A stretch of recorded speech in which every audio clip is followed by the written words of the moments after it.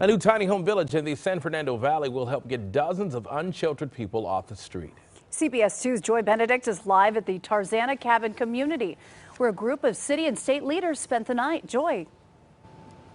I know I don't want to talk too loud in case I'm waking somebody up, but maybe I should just talk louder. Nonetheless, we are live here in Tarzana. Oops, my talking just turned the lights on. You can't see much from the outside, but I guess that's the idea, right? You have a gate locking people in or locking people out and allowing them to move freely, and also then the fence with the greenery on it to sort of shelter it from those here. But take a look inside, as we did get a look inside this community yesterday.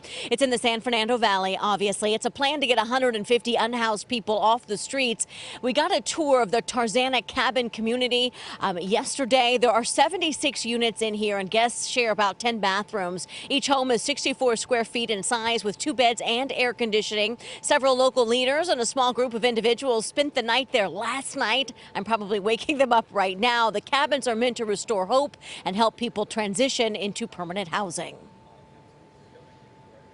To get folks directly off the streets into a better environment, an environment that has a roof, that has a locking door, that has air conditioning, heat, power, and most importantly, it's got services and a service provider that will work with them.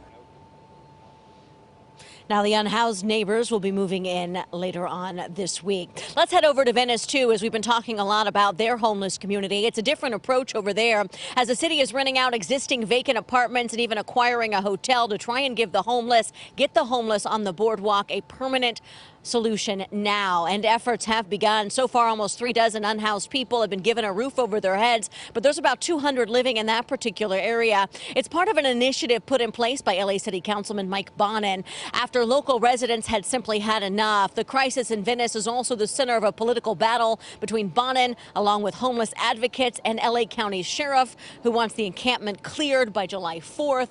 The city council, the city's office, thinks it's going to take several more weeks as they're trying not to use law enforcement at all in Venice. They're just hoping to encourage people to leave on their own and explaining to them the solutions that they have. Now, back out here live, as I mentioned, I'm loud and I'm probably waking people up, but I'm guessing they're going to be stirring anyway. But you did have a large number of individuals who stayed the night here in these tiny cabins just to get a feel for it, and we're going to hear from more of them later on in the show. I'll send it back to you guys.